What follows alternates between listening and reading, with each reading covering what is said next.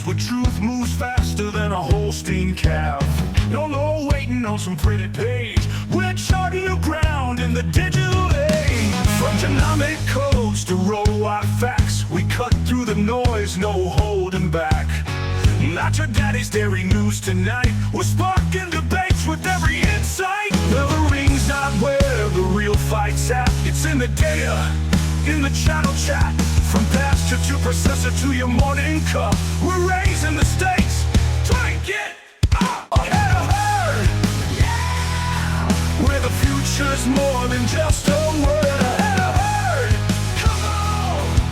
The bullvine's calling, let your voice be heard. In just 90 days last year, over $1/3 billion vanished from American dairy farmer checking accounts. Yep. Just completely gone. And it wasn't, a market crash. It wasn't some sudden spike in feed costs. It was this entirely invisible rule change happening completely behind closed doors at the USDA. Right. And nobody saw it coming on their actual statements. Exactly. So welcome back to the Bullvine Podcast, where we cut through the dairy industry noise to get you the insights that actually matter for your operation. And today, we're diving deep into a feature piece about processor consolidation, the massive leverage gap between regions, and basically how your zip code is dictating your milk check. Because the stakes right now, they are completely unprecedented. We are looking at an industry going through this massive $11 billion processing build-out. Yeah, $11 billion. That's a huge number. Right, but simultaneously, your actual options for buyers are shrinking. They're vanishing. Yeah. And the financial gap between farming in a competitive market versus, say, a totally captive market, it now runs between $3 to $4.25 per hundredweight. Which is just a brutal structural reality check. We're going to tease apart the controversy today around Darigold's $4 per hundredweight deduction. Oh, we definitely need to get into that. Yeah, and we're going to expose exactly how that invisible USDA rule change stripped that $337 million from the farmer pools. Because you are, quite frankly, losing money before the ink on your milk check is even dry. So to understand how a geographic penalty of over $4 a hundredweight even becomes mathematically possible, we have to kind of establish the macro level reality first. Right, the stuff everyone feels in the barn, but nobody actually quantifies. Exactly, because the baseline data here is just staggering. If you look over the last 20 years, the number of pooled producers plummeted from 52,853 down to just 20,168. Think about that. We lost more than half the farms in the country. Over half. And usually, in any commodity market, when you see a mass exodus of producers like that, the buyers who are left start panicking. They start bidding up the price. Right. They start competing heavily to secure their supply chain. But that is absolutely not what happened in dairy. No, because the buyer side consolidated just as aggressively, maybe even more so. Oh, definitely more so. 20 years ago, the USDA counted 306 handlers pooling milk across the federal orders. By 2024, that number dropped down to 220. Wow. Yeah, that is a 28% decline in the companies actively buying milk. So you have fewer farms shipping to vastly fewer buyers. And that 28% drop in handlers, it does not hit the map evenly. That is the core of the whole problem here. What do you mean? Well, a 28% decline spread perfectly evenly across all 50 states would be one thing, right? You still have options. But what we actually have are these massive geographical dead zones. Zones where you literally only have one truck coming down your driveway. A completely captive market. Exactly. So let's translate this into real-world operational economics. Barn math. You mentioned that financial gap between a competitive region and a captive region is running $3 to $4.25 per hundredweight. That is the spread right now, based on the data. Okay, so if you are listening to this and you're milking, let's say, a 500 cow herd, a very standard mid-sized family operation. Pretty typical, yeah. And you are shipping roughly 130,000 hundredweights a year. That geographic penalty of $4.25, that is costing you $552,500 in a single year. Over $500,000 of top-line revenue just completely evaporated. And this is what is so incredibly frustrating for you as an operator. Missing out on that $500,000 has absolutely zero to do with your farm management. Right, it's not about your somatic cell count. Exactly. You could be bedding your stalls perfectly. You could be running a phenomenal cell count, perfectly balancing your TMR, running the tightest dry cow program in your entire state. You could be the best dairyman in the country. You could be. Oh. But if you don't have multiple independent processors inside your physical hauling radius, you are eating that loss. Your operational excellence is just completely negated by your zip code. But wait, I want to play devil's advocate here for a second, because I look at the press releases for this $11 billion processing build-out, and the scale is enormous. A lot of concrete being poured. Right. We are talking about more than 50 new or expanded plants announced just between 2025 and 2028. If you look at standard macroeconomic theory, an $11 billion capital injection into a sector is supposed to be a rising tide that lifts all boats. Yeah, in theory. I mean, if we are adding all this daily processing capacity, doesn't that inherently create a massive vacuum of demand that helps everyone? I violently disagree with that rising tide narrative. Really? Because it fundamentally ignores the physical properties of milk. Milk is, about 87% water? It is incredibly heavy, and it is highly perishable. Right. You can't just stick it in an Amazon box. Exactly. You have to look at where that concrete is actually being poured. Yeah. Texas, Idaho, New York, South Dakota. I mean, they are getting the lion's share of these mega plants. Oh, absolutely. Meanwhile, you look at Pennsylvania, Washington State, parts of the Northeast, they are actively losing plants as these older facilities shutter or consolidate. Right, because an expansion in the Texas Panhandle doesn't do a single thing to create competition for a farmer sitting in central Pennsylvania. Nothing at all.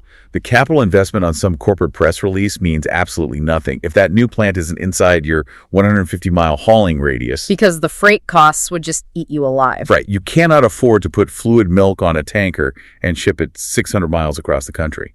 The diesel costs alone will wipe out any premium you might be trying to chase. Not to mention the driver shortages. Driver shortages, DOT hours of service regulations, all of it. If the expansion isn't local to you, your local market remains totally captive. Period. Okay, to prove that this isn't just some abstract economic theory, we need to look at a literal tale of two states. Yeah, this is a great comparison. We have two states in the exact same time zone, in the exact same climate band, experiencing completely different realities based entirely on this processor dynamic. Let's start with the competitive market first. Idaho, specifically the Magic Valley. Oh man, Idaho is the absolute masterclass right now in what happens when processors actually have to fight for your milk. The production numbers coming out of Idaho are wild. They just reclaimed the number 3 spot in U.S. milk production for 2025. Yep, edging out Texas. Exactly, hitting 18.26 billion pounds. They have roughly 350 dairy operations in the state, but the critical variable there isn't the cow numbers, is it? It's the buyer density. It's 100% the buyer density. They have multiple independent processors actively expanding in the exact same footprint. Right, like Chobani. Yes. Chobani is running a $500 million expansion right now. They're taking their daily usage from 4 million pounds of milk to over 10 million pounds a day. Which is massive. It is. And they're competing directly with Idaho Milk Products, High Desert Milk, and Suntato. So think about the mechanics of that. When Chobani suddenly needs an extra 6 million pounds of milk every single day, they can't just snap their fingers and magic it into their silos. No, they have to go out and physically buy it. Yeah. They have to incentivize local dairymen to expand their herds, or they have to actively steal that milk from Suntato or High Desert. And the only way you steal a milk supply in a capitalist system is by offering a better deal. You pay more for it. It's that simple. You drop the hauling charges entirely. You offer aggressive quality bonuses. You pay heavy overorder premiums. Basically begging for the milk. Yeah. I mean, Rick Nairbout, the CEO of the Idaho Dairymen's Association, he recently went on the record and stated that dairymen there are, quote, fairly well situated financially right now. And in the dairy industry, that's saying a lot. Oh, in the notoriously tight margin world of dairy farming, hearing fairly well situated means you are making strong profits and your balance sheet is basically bulletproof. Because the leverage inherently belongs to the producer in that region. Right. Now let's drive just one state over. Let's look at the captive market, Washington State and the Pacific Northwest order. It is an entirely different universe, just brutal. It really is. In this region, Darigold handles an estimated 85 to 90% of all pooled milk. Absolutely a monopoly. They are the undeniable dominant player. Now, Darigold decided to build this massive new processing facility in Pasco, Washington. Right. And the original board-approved budget for this project was supposed to be around $600 million. But by the time it was actually being executed, the costs had ballooned to over $900 million. A $300 million budget miss on a single facility. Let's just pause on that for a second. It's hard to even wrap your head around. Because in any publicly traded company, a 50% cost overrun on a core capital expenditure, the executive suite gets cleared out immediately, fired, done. Right. Wall Street would punish them instantly. Exactly. But in the dairy cooperative structure, the ultimate shock absorber for management failure is always the farmer. And to cover that massive overrun, Darigold instituted a staggering $4 per hundredweight deduction directly from member checks. $4. We're not talking of some 15-cent capital retain here. No. Taking $4 off the milk check destroys a farm's cash flow literally overnight. Look at the specific case of Dan DeRuyter in Yakima County. Yeah, he's milking, what, about 4,800 cows? Right. And he went on the record and explained that this specific deduction amounted to nearly a $5 million hit to his operation over 2 years. $5 million. $5 million of liquid cash wiped off his balance sheet to backfill a processing plant's cost overrun. The complete lack of operational autonomy is what makes this so brutal. I mean, Dan didn't sign the construction contract for the Pasco plant. Nope. He didn't pick the procurement strategy. He didn't manage the subcontractors that went $300 million over budget. He was just milking cows. But because he operates in a captive market, he had no alternative buyer to pivot to. Yeah. He couldn't just look at the mismanagement and say, well, this is unacceptable. I'm taking my 5,000 cows down the road. Because there is no other road. He just had to absorb the hit. And the financial trauma isn't just isolated to these massive multi-thousand cow operations either. No, it hits everybody. Look at Krista Stauffer's situation. Her family has shipped to Darigold for decades. They have generations of equity trapped in that co-op. Yeah, decades of withheld portions of their milk checks just sitting on the cooperative's books as retained capital. And she publicly stated there's a very real chance that only her kids will ever see that equity returned, if they see it at all. It's trapped capital. The farmer is effectively financing the processor's strategic mistakes with absolutely zero ability to call their loan or demand a return on their investment. So when we contrast Idaho's fiercely competitive market with Washington's highly captive market, the on-the-ground reality is just jarring. It really is. Take a standard 300 cow herd shipping roughly 78,000 hundredweights a year. In a competitive market like the Magic Valley, where buyers are actively fighting for supply, that herd is going to see roughly 75 cents per hundredweight more in total value through overorder premiums and heavily subsidized hauling. Right. That 75 cents translates to $58,500 a year in added margin. Pure profit. And in Washington, not only are they not getting that 58 grand, they're getting slapped with a $4 deduction. It is the ultimate geographic penalty. It is. But, that $4 deduction, as painful and destructive as it was, that was just the wound you could actually see. Because it was a line item. Exactly. It showed up as a highly visible deduction on the statement. But the real bleeding, the structural bleeding, is happening entirely behind closed doors at the USDA. Which brings us to the most insidious part of this entire structure. We need to talk about make-allowances. Oh boy, here we go. Because the industry is siphoning money invisibly before the milk check is even printed. Now, for the listener who glazes over when we start talking about federal order pricing formulas, which is most people, honestly. It's designed to be confusing. It really is. We need to break down the exact mathematical mechanism of how a make-allowance actually functions. I like to describe it as essentially a casino rake. Okay, explain that.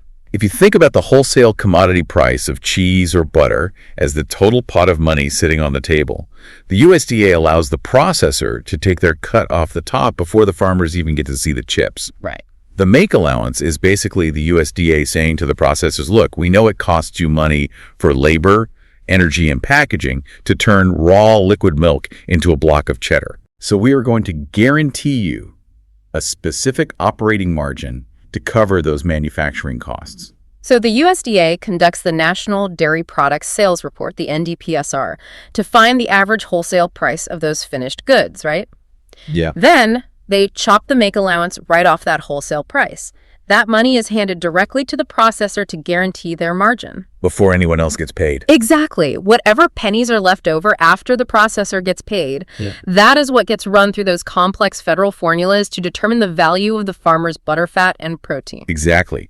The processor gets paid first out of the commodity price, and the farmer is fundamentally forced to take the residual. And then in June 2025, the USDA issued this monumental rule change. They raised the cheese make-allowance to 25.19 cents per pound. Which is huge. It is. It had been sitting relatively dormant at 20.03 cents all the way since 2008. So when the USDA bumped that allowance up by roughly 5 cents, they literally reached into the farmer's pocket and handed a massive pile of cash to the processor. Just handed it over. Just handed it to them to cover their rising energy and labor costs. Now, I have to ask you, did the USDA guarantee the farmer a margin to cover their rising diesel, labor, and feed costs? Absolutely not. Absolutely not. The processor's inflation risk is directly subsidized by the farmer's check. And the economic impact data of that single invisible rule change is devastating. Danny Munch over at the American Farm Bureau Federation, he ran the hard numbers on this. What did he find? This specific make-allowance increase stripped $337 million from producer pools in just 90 days. From June to August 2025, Think about it. over $250 million vaporized in 3 months. And it hit specific regions with brutal efficiency, too. I mean, $64 million just vanished from the upper Midwest pool, $62 million from the Northeast. Right. The actual class price reductions that farmers felt on the farm range from 85 to 93 cents per hundredweight. So if we run that through the operational economics, the barn math of our standard 300 cow herd shipping 78,000 hundredweights. Because of this invisible formula tweak, that specific farm loses roughly $70,000 in annual gross revenue. 70 grand. Poof. Gone. Gone. Transferred directly from the farm's bottom line to the processor's operating margin. And the absolute worst part of this is the complete lack of recourse. You can't fight it. You cannot negotiate it back. You can't sit down at the kitchen table with your field rep and say, hey, my input costs are up. I need a better premium to offset this hit. No, because it is hard-coded into the federal formula. You are starting 70 grand in the hole before the negotiation even begins. And here is where the mechanism of how this rule was created gets truly mind-bogglingly outrageous. Oh, the survey. Yes, the survey. This massive structural hit, this rule that extracted hundreds of millions of dollars from rural economies, it was based on a USDA cost survey of processing plants. Right. But it was a voluntary survey, and according to the hearing record, only about 17% of the eligible processing plants even bothered to respond to it. It is statistical malpractice. It really is. A 17% response rate. I mean, in what reality does a sample size that pathetic justify fundamentally altering the economics of an entire agricultural sector? I mean, if you submitted a study with a 17% voluntary response rate in a freshman statistics class, you would fail. They'd laugh you out of the room. And yet, this is the exact data dictating billion-dollar commodity pools. But you have to look at the motivation behind the survey responses, right? Well, think about who is actually going to fill out a voluntary cost survey. The processing plants that are the least efficient, the ones running ancient equipment with the highest labor and energy costs per pound of cheese. They are highly motivated to spend the time and money to audit their numbers and fill out that massive survey. Because they want the allowance raised. Exactly. They desperately want the allowance raised to cover their massive inefficiencies. But the highly efficient, modern mega plants, the ones running on automated systems, they don't bother responding. Wow. So the data is inherently skewed toward the highest cost processors. Yep. The USDA accepts this heavily biased data, raises the allowance, and a farmer milking 300 cows loses $70,000 a year because of a rigged system. Which naturally leads us to a reality check on the governance of the system itself. We have to go there. We have to look at the contrarian takes regarding cooperative governance versus real economic leverage.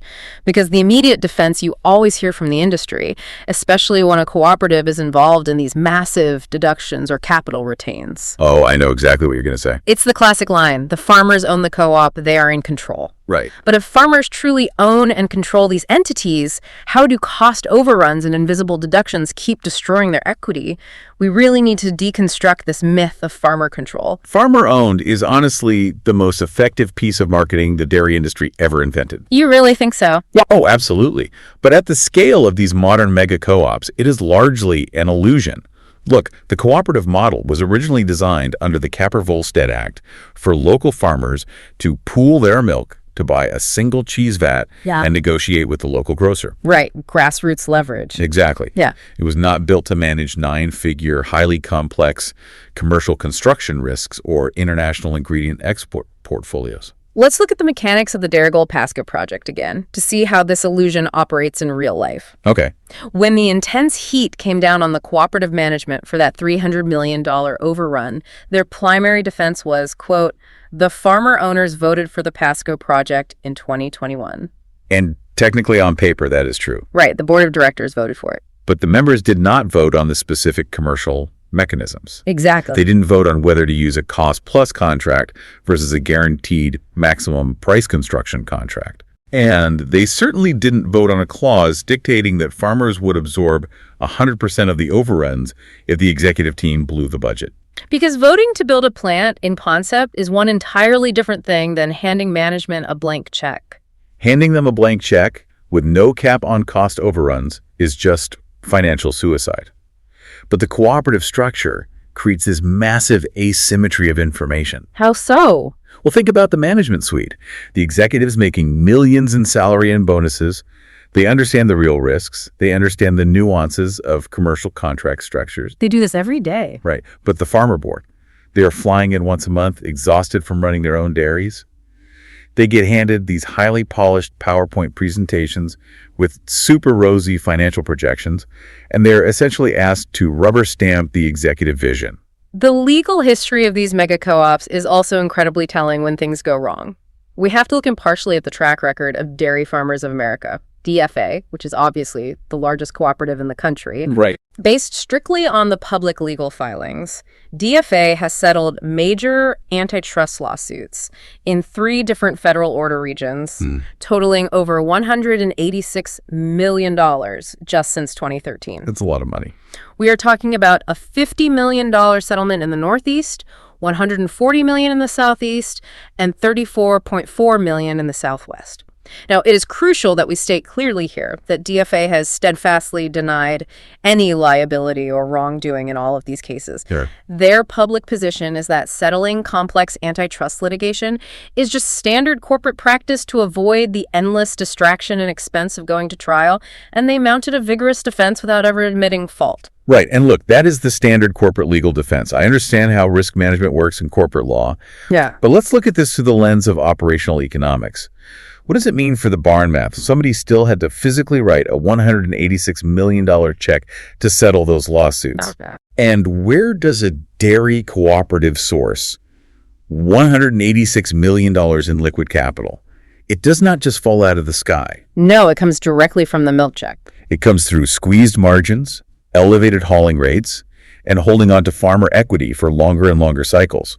The financial burden of executive risk always flows downstream to the guy standing in the parlor. And the contrarian take we really have to confront here is the complete destruction of the exit threat. Yeah, this is the scariest part. Cooperative bylaws give you authority on paper, sure, you have a vote, but massive processor consolidation takes away your only real weapon in a capitalist market. Which is the threat to walk away. The ultimate power in any business negotiation is the credible threat to just leave the table. Right. But if your cooperative is mismanaging funds or charging you a $4 capital deduction and your nearest alternative buyer is 300 miles away, You're stuck. the phrase, "you can always leave," becomes an incredibly expensive fairy tale. You physically cannot leave. You are geographically trapped. Your generational equity is trapped. So you transition from being an independent business owner to essentially being a captive supplier. Exactly.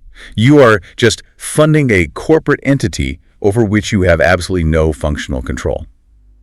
So with the power dynamic shifting so aggressively toward the processors, how does a farmer protect themselves when they are making massive capital investments of their own? This is critical. We have to stop looking backward at the structural failures and start looking forward at how an operator actually survives this environment. Right. We need to map out the future implications and analyze the leverage clocks that dictate supply agreements. Oh, I love the leverage clocks concept. Let's set a very common scenario for the listener. You have a dairyman who wants to expand their operation. They are currently milking, say, 700 cows, and they want to build a brand new cross-ventilated barn and push up to 1,000 cows. A very standard expansion plan. Right.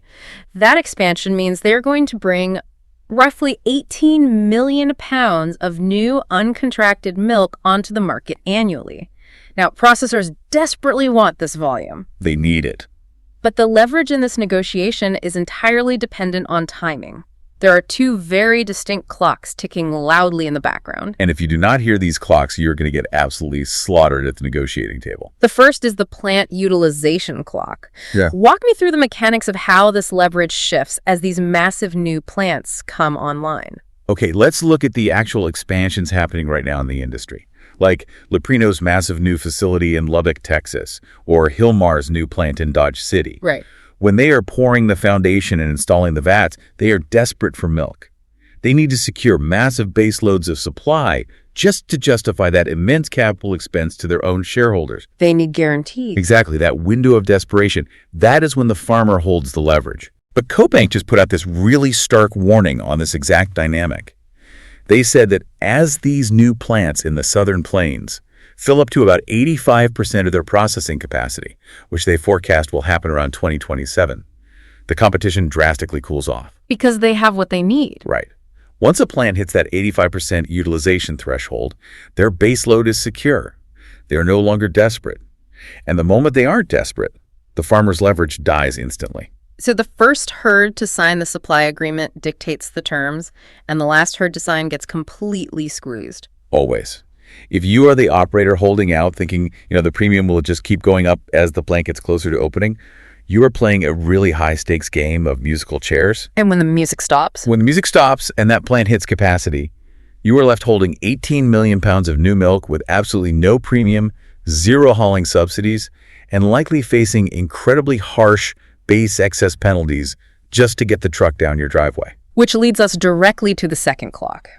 And this is the one that destroys multi-generational farms. The loan closing clock. This is the fatal operational mistake. I see incredibly smart dairymen make this error all the time. So the absolute worst sequence of events you can execute is locking your construction loan with your lender before you have locked in your supply agreement with your processor. Yes. Walk us through why this specific timing is so incredibly dangerous. It is entirely about the shift in desperation. Look, when you are just in the planning phase, you can walk into the processor's office, sit down with the milk procurement VP, and say, hey, I'm thinking about adding 300 cows. What kind of premium and base guarantee can you offer me? Why aren't you just shopping around? Exactly. Because if you don't give me a favorable structure, I just won't pour the concrete. I'll say it's 700 cows. In that moment, you have options. You're a business owner making a strategic, calculated choice. But the day you sign that construction loan, and the bank funds the capital to the concrete crew and the steel erectors, the psychological dynamic flips entirely. Because the processor instantly knows you are totally committed. They know you are desperate. They know that your commercial lender is going to demand a signed, ironclad supply agreement before they let you milk that first new cow. Oh, wow. The processor's field rep drives by, sees the steel going up, and knows you absolutely must have a buyer. You can't just stop building half a barn. You have millions in debt. So what happens? So instead of you dictating the terms, the processor slides a standard boilerplate contract across the desk that says, here is a terrible historical base period, here are massive overbase financial penalties, and by the way, we can terminate this entire agreement with 30 days notice. And you just have to sign it. You have to, because the bank is demanding it. You have effectively handed the processor all of your negotiating power. So the structural analysis here is incredibly clear. Farmers must dictate the base periods. They must dictate the overbase penalties. They must demand symmetric termination rules, meaning if the farmer has to give a 12-month notice to leave the cooperative, the processor must be legally bound to give a 12-month notice to drop the farm. It has to be a two-way street. And you have to legally execute all of this while the concrete is still wet, or ideally, before the blueprints are even finalized. It cannot be a rushed afterthought to satisfy the bank. You only have power when you have something they want. You have zero power when you desperately need something they have. All right, so we've covered a tremendous amount of heavy structural reality today. We've broken down the geography lottery, the invisible make-allowance deductions, and literally millions of dollars actively changing hands. It's a lot to process. It is. But our mission here at the Bullvine Podcast is to give you the operational tools to actually fight back. So a farmer just finished milking, they were driving out to the feed store, and they are processing all of this data. What are the specific actionable steps they need to execute? Let's build out the 30/90/365 playbook. Let's translate all this macro data into actionable barn math. I love it. Step 1, immediate action, the next 30 days. This is all about constructing the lender map.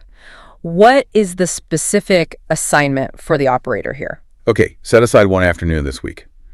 Go into your office, print out a physical map of your region, and draw a circle that represents a 100 to 150 mile radius around your farm. Okay. That is your true economic hauling radius. Now, identify and mark every single processing plant inside that circle. But here's the critical distinction. You must count independent buyers. So not just individual plants. Right. If you have 2 DFA-owned plants in that circle, you do not have 2 buyers. You have one single entity controlling your destiny. Right. If you have a DFA plant and, say, a Leprino plant, okay, now you have 2 independent buyers. So you have to visually identify if you are operating in a captive market or a competitive one. Yes. And then you take this physical map directly to your commercial lender. You need to proactively stress test your own operation before the bank's risk department does it for you. We have 4 specific questions you must force your lender to run through their financial models. These are crucial. Number 1, what is our exact debt coverage dependence on overorder premiums? Exactly. If your cash flow is only surviving right now because your local processor is paying you a $1 per hundredweight premium, what mathematically happens to your operation if that processor merges, restructures, or simply drops that premium overnight? Can you survive that? Does your base cash flow still cover your primary loan obligations? If the model breaks without that premium, you are highly exposed to a single point of failure. All right, question 2 for the lender. What is our operational plan B for a 12-month termination notice? If the plant manager sends you a certified letter tomorrow morning stating, hey, we do not need your milk next year, what is the immediate pivot? Is there even another buyer on that map? Right. Is there another independent buyer on that map you just drew? Or is the only viable plan to liquidate the herd? You need to know the answer with total clarity before that letter ever arrives. Question 3. What is our true break-even after the June 2025 make-allowance shift? We already established that the rule change invisibly extracted 70 grand from a standard herd. Yeah. That means your historical break-even number from 2023 or 2024 is complete garbage now. It's useless. You need your accountant to rerun the true current cost of production with that new 25-cent cheese make-allowance permanently baked into your revenue model. And finally, question 4. Can we survive a $2 to $4 per hundredweight capital assessment for a 12-month period? I call this the Darigold stress test. Seriously. If your cooperative suddenly experiences a massive capital cost overrun on a new facility and dings your check for $3 a hundredweight to cover their mistake, how many months can your balance sheet stay solvent? 3 months. 6 months. If the answer is 0, you're carrying far too much debt for the specific risk profile of your geography. That is a brutal but necessary 30-day immediate action plan. Now let's move to the medium-term strategy. The next 90 days up to the end of this current year. We are focusing heavily on contracts and DRP. We already pounded the table on the contract rule. Yeah. If you're expanding, lock the supply agreement before the construction loan closes, period. Right. But let's dive into the mechanics of DRP, dairy revenue protection. Especially for producers located in single-buyer captive regions, you really have to treat DRP as your absolute core defense mechanism. It's non-negotiable. Look at the national data. In late 2024, DRP was covering roughly 32 to 33% of the entire U.S. milk supply. It is a massive risk management tool. But how should a farmer fundamentally structure their DRP to actually combat local geographical basis risk? If you are operating in Washington State or the Southeast and you only have one monolithic buyer, you have zero control over your local basis, your overorder premiums. The processor dictates that entirely. But you can protect your underlying class price on the Chicago Mercantile Exchange. You need to look at covering 10 to 20% of your gross revenue against your actual butter, fat, and protein components. Just do not use a generic class blend. Do not use a generic blend. Ensure exactly what your specific cows are producing. This mathematical maneuver effectively decouples a portion of your income from whatever games your local processor is playing with the basis. It establishes a hard revenue floor. Exactly. You give up a percentage of the upside potential to pay the premium, but you absolutely cap the bleeding in a downside scenario. It is literal insurance against operating in a captive market. It really is. Finally, the long-term positioning, the ongoing strategy for the next 365 days and beyond. And this fundamentally comes down to one core dairy principle: relentless component push. Yeah. The make allowances are going to hit everyone. Processor consolidation is going to hit everyone. Everyone feels it.